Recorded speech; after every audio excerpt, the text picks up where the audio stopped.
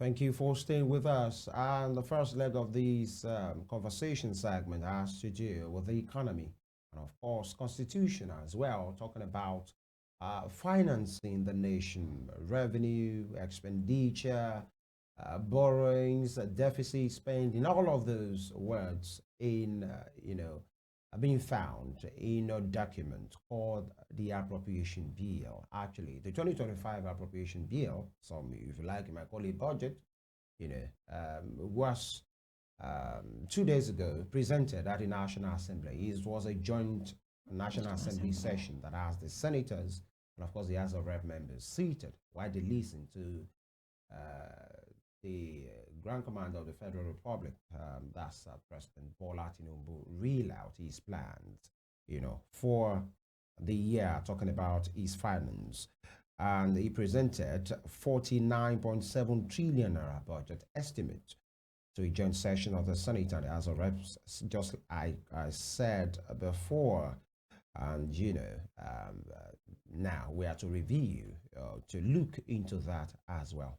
It's very higher than what we had in the current year as well. At that meeting, the Senate President was there, the House of Reps members were there, some of the cabinet members were there as well, at that place. 49.7 trillion naira 2025 budget.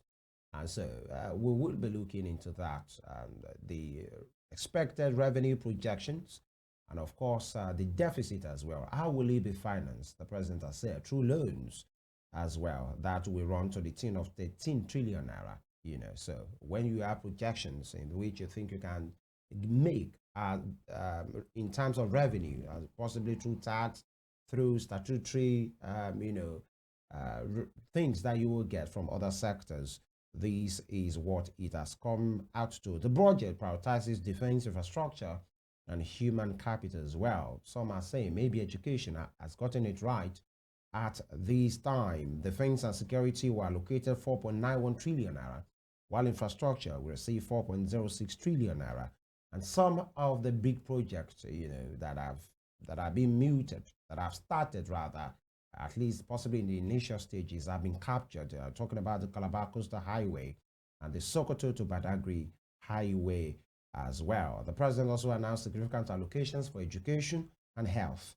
Education will receive 3.52 trillion naira, which includes the funding for UBEC, that's the Universal Basic Education, and nine new higher institutions, while the health sector will get 2.48 trillion naira to improve healthcare systems and the provision of essential drug for public hospitals. Now, to shed more light and to review these with us, we have a research analyst with budget with us virtually. He's here with us today. That's Oluwadamilola Onemano. She joins us virtually. Good morning. Thank you for joining us. Good morning, Femi. Thank you for having me. All right. We are very happy for having you here. And the president has presented the appropriation bill or budget, call it that way, to the tune of more than 49 trillion naira. Let me ask you, as from budget, from your end there, you have dealt with issues like this or matters like this for years now. You're a research organization, and you yourself being a researcher. Um, what does it portends actually? What's your overall view before we go into the nitty gritty? Okay, thank you so much for the question. 49.7, that is something that is very ambitious, just like the president himself has said, something that is really, really very ambitious. And then you'll find other countries who spend more because it's always said that, oh, Nigeria has not spent enough, which is more reason why we should have really, really ambitious budgets. But I think when we look at it being on realistic terms, we would say the budget should be more realistic to fit what the reality of things are. I feel like our dependence on borrowing should come down a notch because having a fiscal deficit of over 13 trillion naira in an annual year when that 13 trillion naira is not even up to a 50% of the projected revenue that you're looking at. Is not something that is good for us to state. And then if we look at the budget speech from the presidency and what the actuals were for as at the third quarter of 2024, you'll find out that even in terms of revenue, we had not done up to an 80 or even a 90% of what was projected as the 18.3 trillion naira in 2024. We only achieved a 14.55 trillion.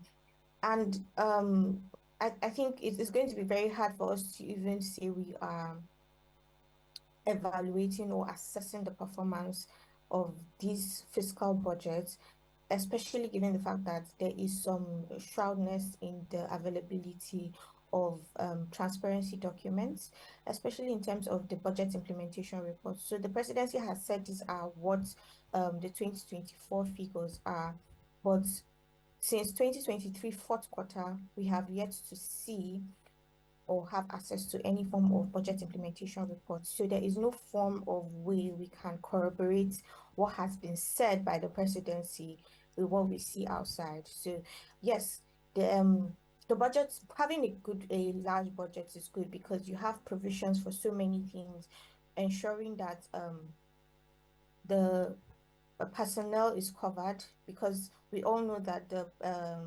70,000 minimum wage will be implemented fully by Mm. the coming year, which also implies that personnel is going to grow exceedingly over 100%.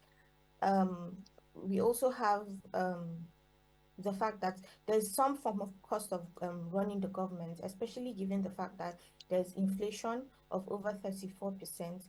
There is the fuel subsidy removal, which has us buying fuel of over 1,100 at some places. So yes, cost of running the government would have increased. But however, this ambitious budget also gives a lot of room for capital project implementation. The realisticness of it now looks at how well is the government going to be able to raise such revenue and raise it in such a way that it exceeds its expectations and doesn't have to deal with loans, because we can't lie to ourselves, our debt burden is going overboard. And when we look at the debt burden going overboard, we're also thinking about the fact that this debt burden is not just in domestic terms, it's in foreign currencies. And with the exchange rates going higher and higher and higher, despite the fact that the president has said, oh, the target is for the exchange rate to drop by 200 naira. I would have thought that he would also be ambitious to say that the exchange rate would drop by maybe 500. Let's have it at a 1,300. At that point, you will find out that maybe the loan repayments would have reduced in some way.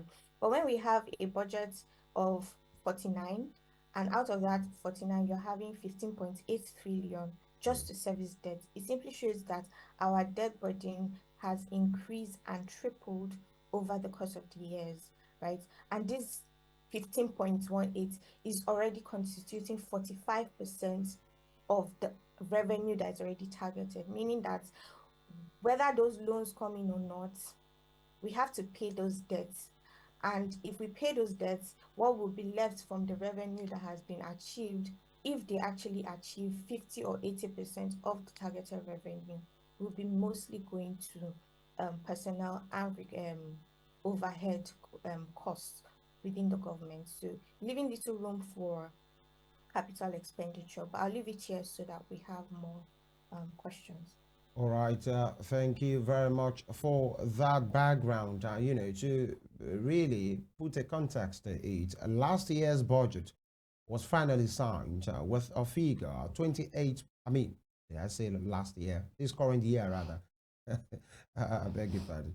Or 28.78 for this year that is running out. 2024, the budget is 28.78 trillion now. This proposal for next year is a 49 trillion naira, excess of 49 trillion naira. That's almost, like 40% increase or more than, plus or minus. Why do you think, yeah, you have said it, quite ambitious in nature, actually, But when you are moving from a 28.78 trillion naira to a 49 trillion naira, uh, how is there a nexus? Better, is it because you are earning more? Is it because we need to really spend more? Is it because there are positive outlooks that support this kind of a figure? 28 trillion naira to 49 trillion naira from your end. So just like I had said, yes, it is ambitious, but however, we should note that personnel cost is increasing. That is definitely going to increase in so many ways. Aside from that, is the fact that there is a whole lot of capital projects being um, infused or Mm, inserted into the budgets that are new, previously from the ones that were ongoing in 2024 and the ones that continued from 2023.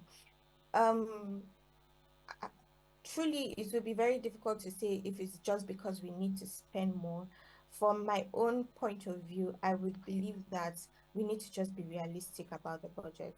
So if in 2024, as a third quarter, we had not implemented above a 21 trillion naira, I don't think our budgets, because we implement, according to the presidency, we implemented 21.6 trillion naira. I don't think we should go even above a 30 trillion naira as our budgeting, because we need to always reflect back on what has happened this year, what is the most realistic view of things, right? So the team, that's budget team, is still having a deep delve into what the capital projects are, what the significant projects are, to also ascertain, to know how important it is for us to actually spend 49 billion naira in 2025.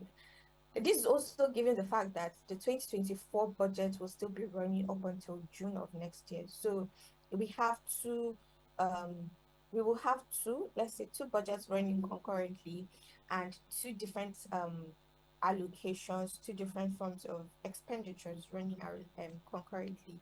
So the thing is, we need to really actually take a deep delve. It's hard to say right now that it is something that is very much required. The only thing I'd say is cost of governance, that's in terms of personnel, and running costs is going to have skyrocketed given the situation of the macroeconomic things happening in the country now. mm. Okay. What would you say about the defense and security getting the lion's share as against the health and education? Ordinarily, people would think that these should come top tier in the budget. Okay, thank you for that question. So this is not the first time, this is not the second time, this is not even the fourth or fifth time that defense and security is taking priority. And it is no news to anybody that there are a lot of soft spots in terms of security in Nigeria, whether it's in the northeast, in the northwest, or in the southeast. It is very critical that people's lives are safe, people are able to go about their daily activities and contribute to the economy um, um, um, without being afraid to do so. People can go to their farms, people can travel long distances with their products and be sure that they are arriving there safely, or their products or their goods or their lives are not going to be intercepted on the way, whatever it may be. Having top tier in this particular year, I would say um I won't say it's a misprioritization, because it is very much needed. The country is still not completely insecure, in a secure spot, or is not completely safe.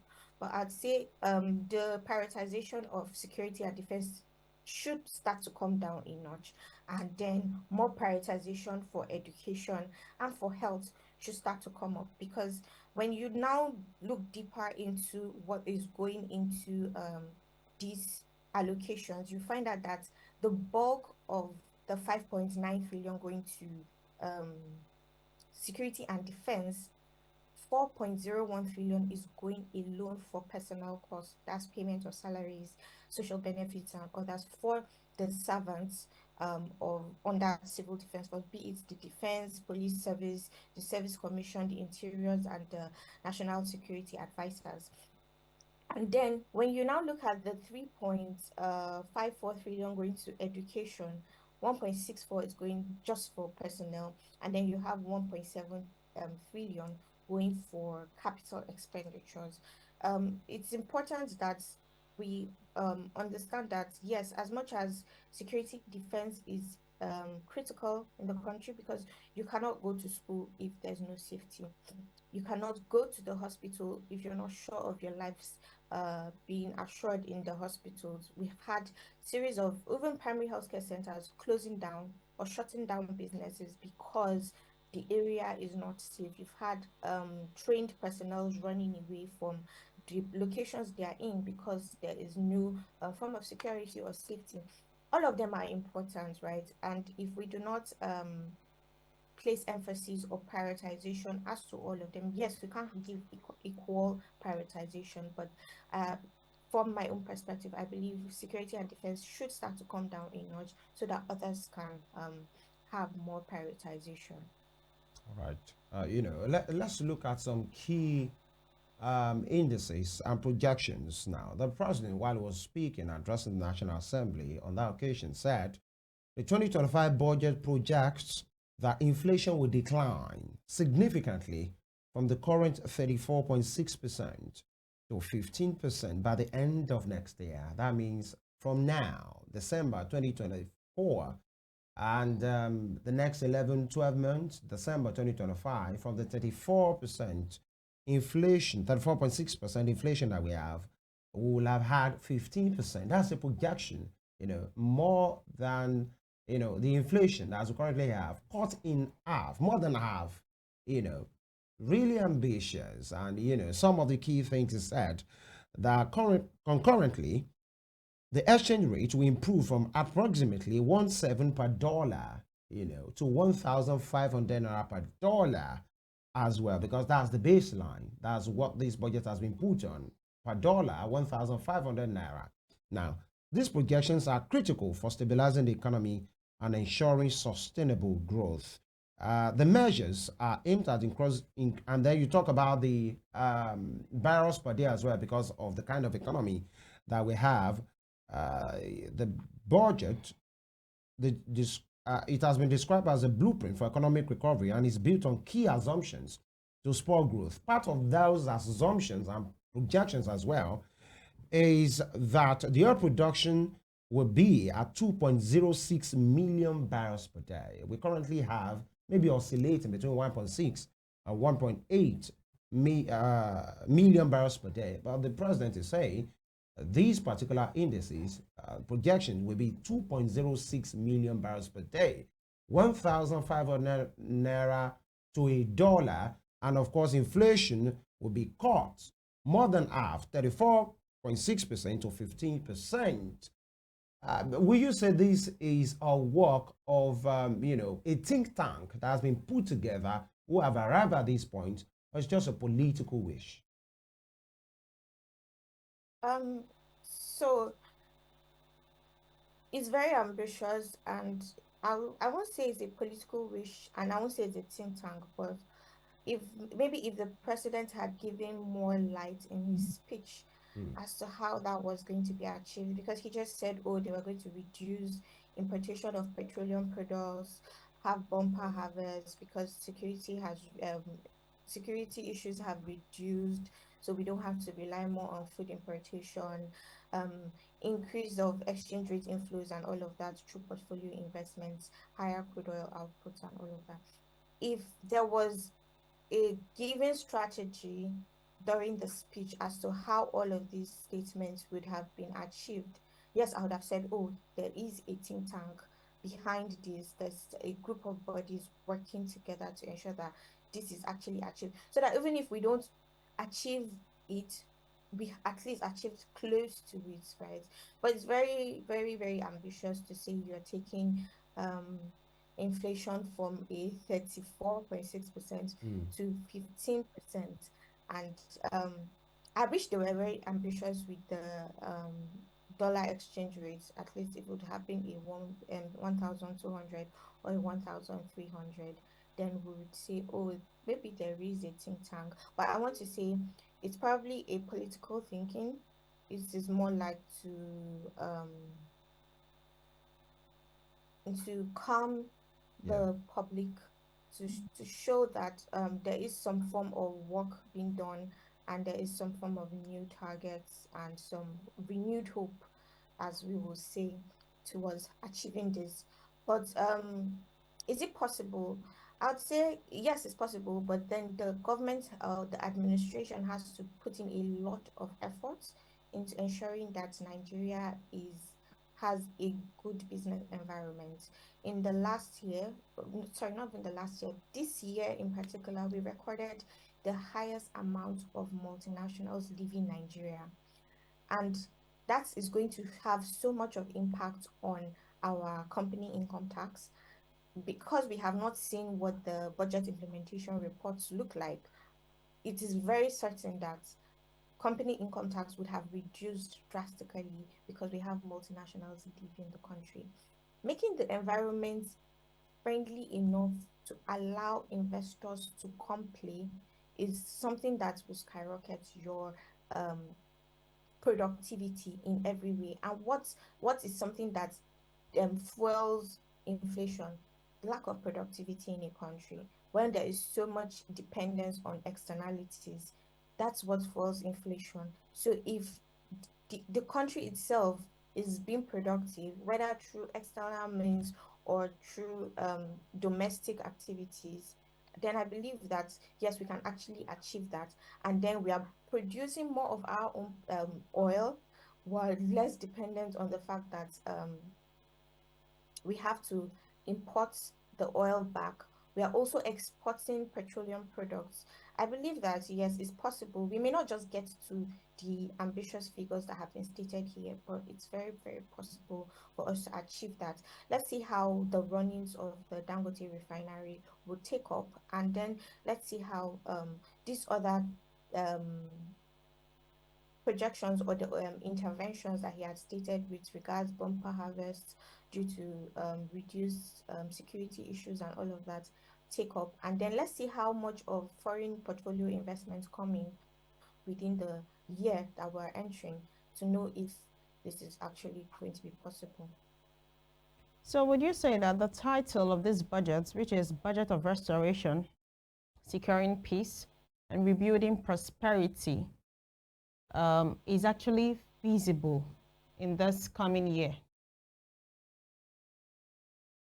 Uh, so I won't say I highly doubt. It's a partial feasibility, because yes, there's a lot of talk on paper. It's the implementation that actually matters. So what we're talking about, last this 2024, us having 28.7, and then we're having an actual of 21.6, right? If we can say that in the coming year, um all of these things all being equal, everything happening as planned, I doubt if we would still get to the 49.7, but maybe around a 30.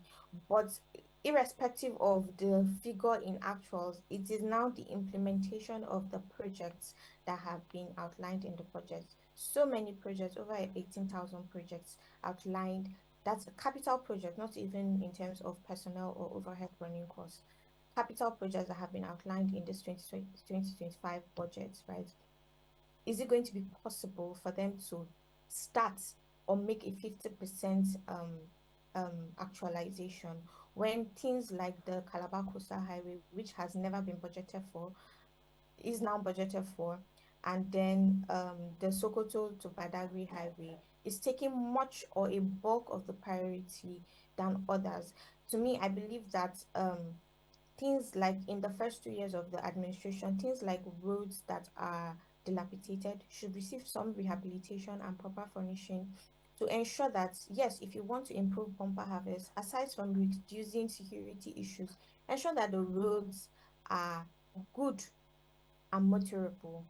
they are properly furnished, they are rehabilitated to allow people to transport their goods back and forth. This will also improve productivity. We have a lot of people that lose their goods every time, especially during the rainy seasons. You have people traveling to the south and you have their trucks sinking or something happening to their goods, different forms of accidents because of the bad roads or the roads that are not very much motorable. And sometimes the goods spoil or rot because it takes a long time to get to their destinations, also due to the bad roads.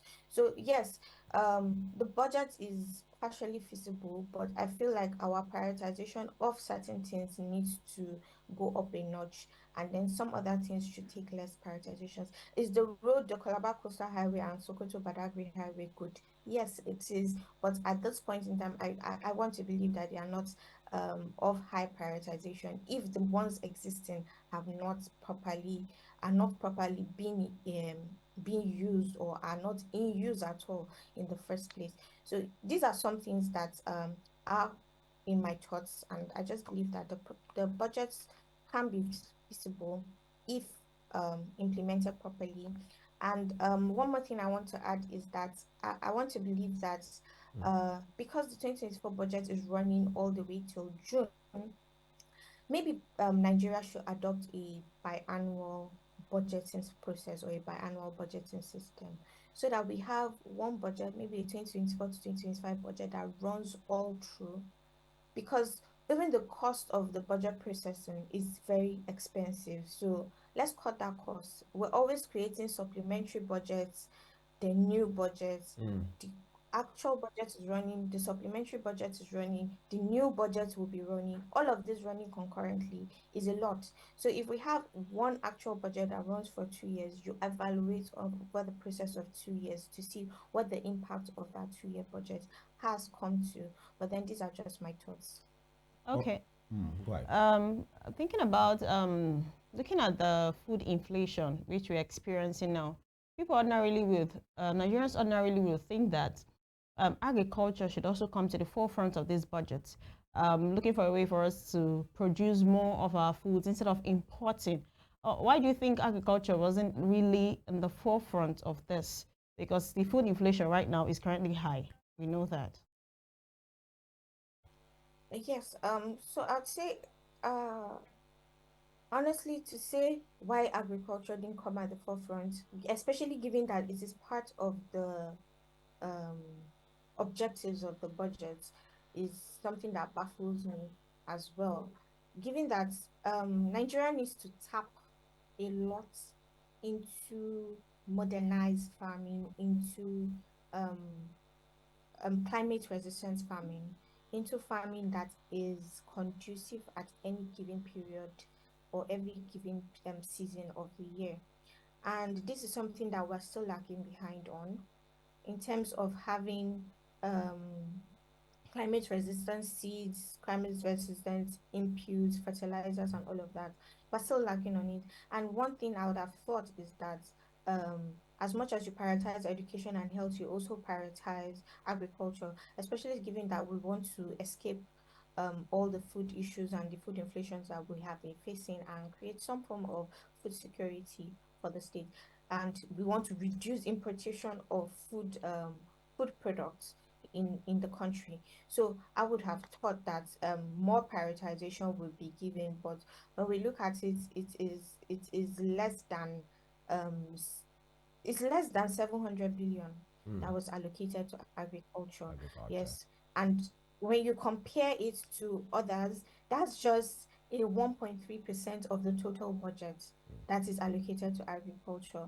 Yes, security plays a huge role in agriculture. Education also plays a huge role. But the agriculture itself, when you look at whether it is in forms of livestock, fishery, whatever it may be, we need to improve the techniques with which we farm. We need to improve the techniques with which we process those farm outputs. We need to improve the techniques with which we also store those farm outputs and also improve it in such a way that we can also export to neighboring countries or within the West African zone if we want to say we want to start little within the West African zone, how we can start to export to other countries. Um, I believe the government has not gotten it right when it comes to agriculture, All right. and more prioritization should have actually been given to agriculture. It's quite sad. Right. Less than 700, that's a 644.5 billion naira Why no? that was allocated to agriculture. All right. Oluwadamilola Onemano she is rather a gender research analyst with Budget. I want to thank you for your time and your take. And of course, these are ongoing conversations. Very soon, the legislatures have started the readings. They will pass it to different committees, and trust us, to have you again to talk about, specifics, especially when ministries come for their defense. Thank you very much for your time. Thank you so much for having me. We appreciate you. And of course, at the budget presentation on Wednesday, something funny happened while the president was talking, and he referred to the National Assembly as the 11th 11th. National Assembly. Later, it was corrected to be 10th. And the president, maybe humorously, in a prophetic way, said, maybe all of you will be re-elected. That's one of the things that happened at that place, apart from the substance of the matter. Will, allow you to take a look at this particular video. When we come back, we'll be speaking to issues of public importance again about the rule of law and how it affects the people. A particular ruling was given almost a decade ago, and now it's being reviewed. Stay with us. Remain steadfast on the journey to a prosperous future. I hereby present the 2025 budget to the joint section of the 11th National Assembly. 10? I wrote 11.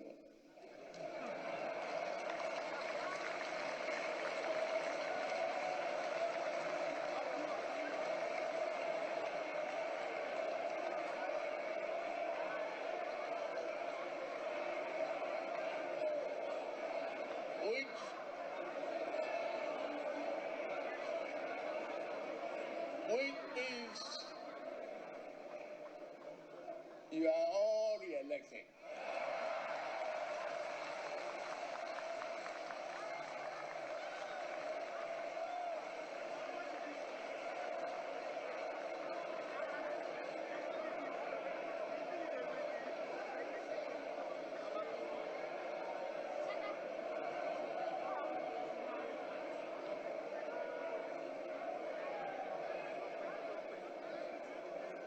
'25 budget